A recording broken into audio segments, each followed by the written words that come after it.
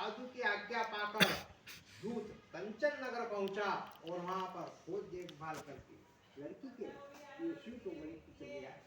उस शिव के लड़के को देखकर साधु ने अपने बंधु बांधव से प्रसन्न चित्त होकर अपनी पुत्री का विवाह उस लड़के के साथ कर दिया, किंतु दुर्भाग्य से वह विवाह के समय भी उस व्रत को करना भूल गए। तब श्री सत्यनारायण भगवान अत्यंत क्रोधित हो गए और श्राप दिया कि तुम्हें दारू दुख प्राप्त, अपने कार्य में कुशल साधु बनिया। जमाता सहित नाव को लेकर व्यापार के लिए समुद्र संग स्थित रत्नतापुर में गए और वहां दोनों ससुर जमाई चंद्रकेतु राजा के उस नगर में व्यापार करने लगे। एक दिन भगवान सत्यनारायण की माया से प्रेरित कोई चोर राजा का धन चुराकर भागे जा रहा, किंतु राजा के दूतों को आते देखकर चोर ने घबरा कर भागते हुए राजा के धन को वही नाव में चुपचाप रख दिया जहां ससुर जमाई ठहरे हुए, और चोर भाग गए। जब दूतों ने उस साधु वेश्य के पास राजा के धन को रखा देखा तो दोनों को धर्म बंधनों में बांध कर ले गए और प्रसन्नता से दौड़ते हुए राजा के समीप जाकर बोले कि हे राजन, ये दो चोर हम पकड़ कर आए हैं, कृपा कर आज्ञा दे।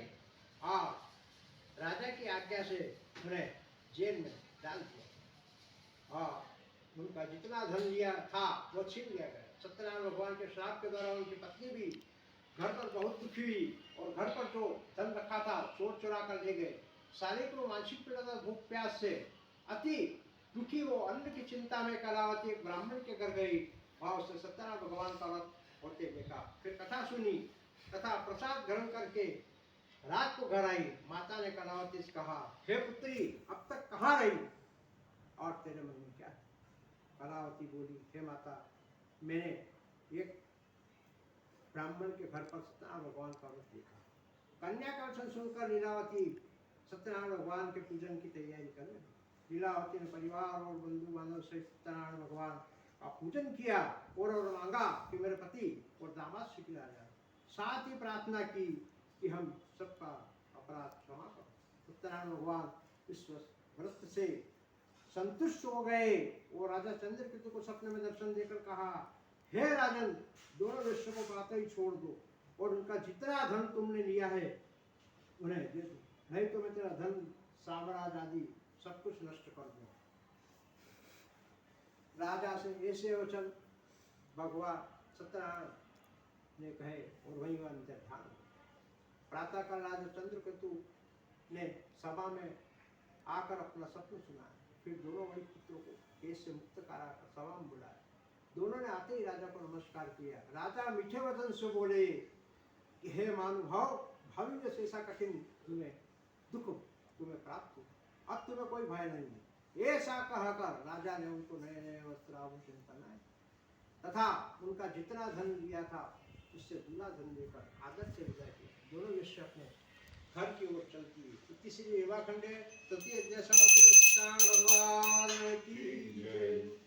अब सूप दिया इस जीवन का सब भार तुम्हारे हाथों में, अब सूप दिया इस जीवन का सब भार तुम्हारे हाथों में है, जीत तुम्हारे हाथों में और हार तुम्हारे हाथों में है, जीत तुम्हारे हाथों में और हार तुम्हारे हाथों में, अब सौंप दिया इस जीवन का सब भार तुम्हारे हाथों में। इस प्रकार सुत जी मंगलाचरण करते हुए और वेश्य के पास आए और वेश्य ने मंगलाचरण करके और आगे की यात्रा प्रारंभ की। तब नगर से थोड़ी दूर निकले। इस पर भगवान सत्यनारायण ने एक दंडी स्वामी का रूप धारण किया। दंडी स्वामी वहां से सीधे साधु के पास आए और साधु से पूछे, हे साधु, तेरी नाव में क्या? अभिमानी मणिक हंसता हुआ बोला कि हे दंडी, क्या धन लेने की इच्छा है? मेरी नाव में तो लता पत्र आदि भरे हुए हैं। वेश्य के कठोर वचन सुनकर भगवान सत्यनारायण अत्यंत क्रोधित हो गए और कहने लगे, तुम्हारा वचन तुम्हें सत्य। ऐसा कहकर दंडी स्वामी वहां से कुछ थोड़ी दूर समुद्र के किनारे पर जाकर थे। दंडी के जाने पर वेश्य ने नित्य क्रिया करने के बाद नाव के पास आए और नाव को ऊंचा उठा हुआ देखकर अचंबा किया तथा नाव में बेल पत्ते आदि देखकर शेर जी मूर्छित हो जमीन पर गिर। फिर मूर्छा खुलने पर अत्यंत शोक प्रकट करने लगे। तब दामाद बोले, क्या शोक क्यों करते हो? यह श्राप तो दंडी स्वामी का है, अतः हमको उनकी शरण में चलना चाहिए, तभी हमारी मनोकामना पूरी होगी। दामाद के वचन सुनकर वे दंडी के पास पहुंचे और अत्यंत भक्ति भाव से नमस्कार करके कहने लगे, हे भगवान, मुझे क्षमा, मैंने जो आपसे असत्य वचन कहे थे उनको क्षमा करे। ऐसा कहकर मानो शोकातुर हो बोले। तब दंडी भगवान बोले, हे बलिपुत्र, मेरी आज्ञा से बार बार तुमने दुख प्राप्त किया है, तू मेरी पूजा से विमुख हुआ। साधु बोले, हे भगवान, आपकी माया से तो ब्रह्मा आदि भी मोहित हो जाते हैं, मैं तो साधारण सा प्राणी हूं। आप मुझ पर प्रसन्न हुई, मैं अपने सामर्थ्य के अनुसार आपकी पूजा करूंगा, तब वो मेरी रक्षा। तब भगवान ने मेरे जैसा था वैसा मौका दंड शेर के भक्ति वचन से प्रसन्न हो गए और सत्यनारायण भगवान वर देकर वहीं अंदर था। तब उन्होंने नाव पर आकर देखा कि नाव धन से परिपूर्ण है। फिर वो भगवान सत्यनारायण का पूजन कर साथियों से जब नगर को चले, जब अपने नगर के निकट पहुंचे तब दूत को घर दे चले। दूत ने साधु के घर पर पहुंचकर उनकी स्त्री को नमस्कार करके कहने लगे कि साधु अपने दामादा सहित नगर के समीप आते लीलावती और कलावती समय भगवान सत्यनारायण भगवान की पूजा कर रहे। ऐसा वचन सुनकर साधु की स्त्री ने बड़े हर्ष के साथ सत्यदेव का पूजन कर वो पुत्री से कहा, मैं अपने पति के दर्शन को जाती हूँ, तो कार्य पूर्ण करके शीघ्र आ जाए। परंतु कलावती व्रत में प्रसाद को छोड़कर पति के पास चली गई। प्रसाद की अवज्ञा के कारण सत्यदेव दुष्ट हो उनके पति को नाव से पानी में डुबो दिया।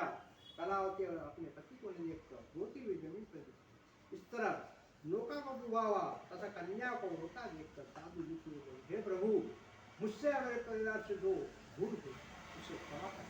उनके सत्य हो गए और आकाशवाणी हुई, हे साधु, मेरी तेरी कन्या मेरा प्रसाद छोड़कर आई है, इसीलिए उसका पति अदृश्य हुआ।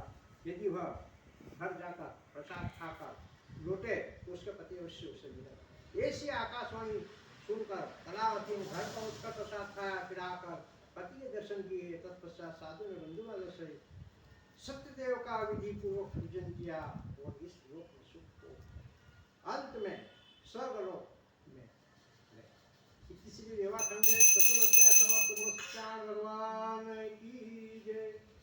नटवर नागर नंदा भजो रे मन गोविंदा, नटवर नागर नंदा भजो रे मन गोविंदा, नाम सुंदर मुख चंदा भजो रे मन गोविंदा। इस प्रकार की स्तुति करते हुए सुश्रुति जी ने आगे का वृत्तांत कहा और कहने लगे कि हे ऋषियों, मैं और भी कथा कहता हूँ तो सुनो। प्रजा पालन में लिंग तुंगध्वज नाम का एक राजा था। उसने भी भगवान सत्यनारायण का प्रसाद त्याग कर और बहुत दुख उठाया और दुख पाए। एक समय वन में जाकर वन पशु को मारकर हे राजा एक वट वृक्ष के नीचे आए। वहां अनंगारों को भक्ति भाव से श्री सत्यनारायण भगवान का पूजन करते हुए देखा। राजा देखकर भी वहां गया, नहीं नमस्कार। तब गौरव ने भगवान का प्रसाद दोने में सजाकर और राजा को दिया। तब राजा ने उस प्रसाद को उस वट वृक्ष के नीचे ही छोड़कर अपने सुंदर नगरी को चले। तब जब वो सुंदर नगरी पहुंचे तब उन्होंने देखा कि सब कुछ नष्ट हो गया है। तब राजा को विश्वास हुआ कि सत्यनारायण भगवान के क्रोध के द्वारा हुआ। तब वे पुनः उस नगरी में आए और सत्यनारायण भगवान का विश्वास के साथ ग्वालों के साथ पूजन किया और प्रसाद खाया। फिर प्रसाद खाने के बाद सत्यनारायण भगवान की कृपा से सब कुछ पहले जैसा था वैसा हो गया। फिर दीर्घ काल तक सुख भोग कर मरने पर स्वर्गलोक हो गए। जो मनुष्य इस परम दुर्लभ व्रत को करेगा, भगवान सत्यनारायण की कृपा से उसे धन दान आदि की प्राप्ति होगी, निर्धन धनी होता है, वो बंदी बंधन से मुक्त होकर निर्भय हो जाता है। संतान को संतान की प्राप्ति होती है और सब मनोरथ पूर्ण होकर अंत में वैकुंठ धाम हो जाते हैं। जिन्होंने पहले इस व्रत को किया है उसके दूसरे जन्म की कथा करता हूँ। व्रत सतानंद ब्राह्मण ने सुदामा का जन्म लेकर और श्री कृष्ण भगवान का सानिध्य प्राप्त करके मोक्ष को पाया। उल्का मुख नाम का राजा दशरथ होकर वैकुंठ धाम को प्राप्त हुआ और साधु नाम के वैश्य ने बोरध्वज बनकर अपने पुत्र को आर्य से छिड़वाकर मोक्ष को प्राप्त किया। महाराजा तुंगध्वज ने स्वयं मनु हुए और भगवान भक्ति कर्म करके और मोक्ष को प्राप्त किया। इति श्री रेवाखंडे पंचमोध्याय भगवान की जय।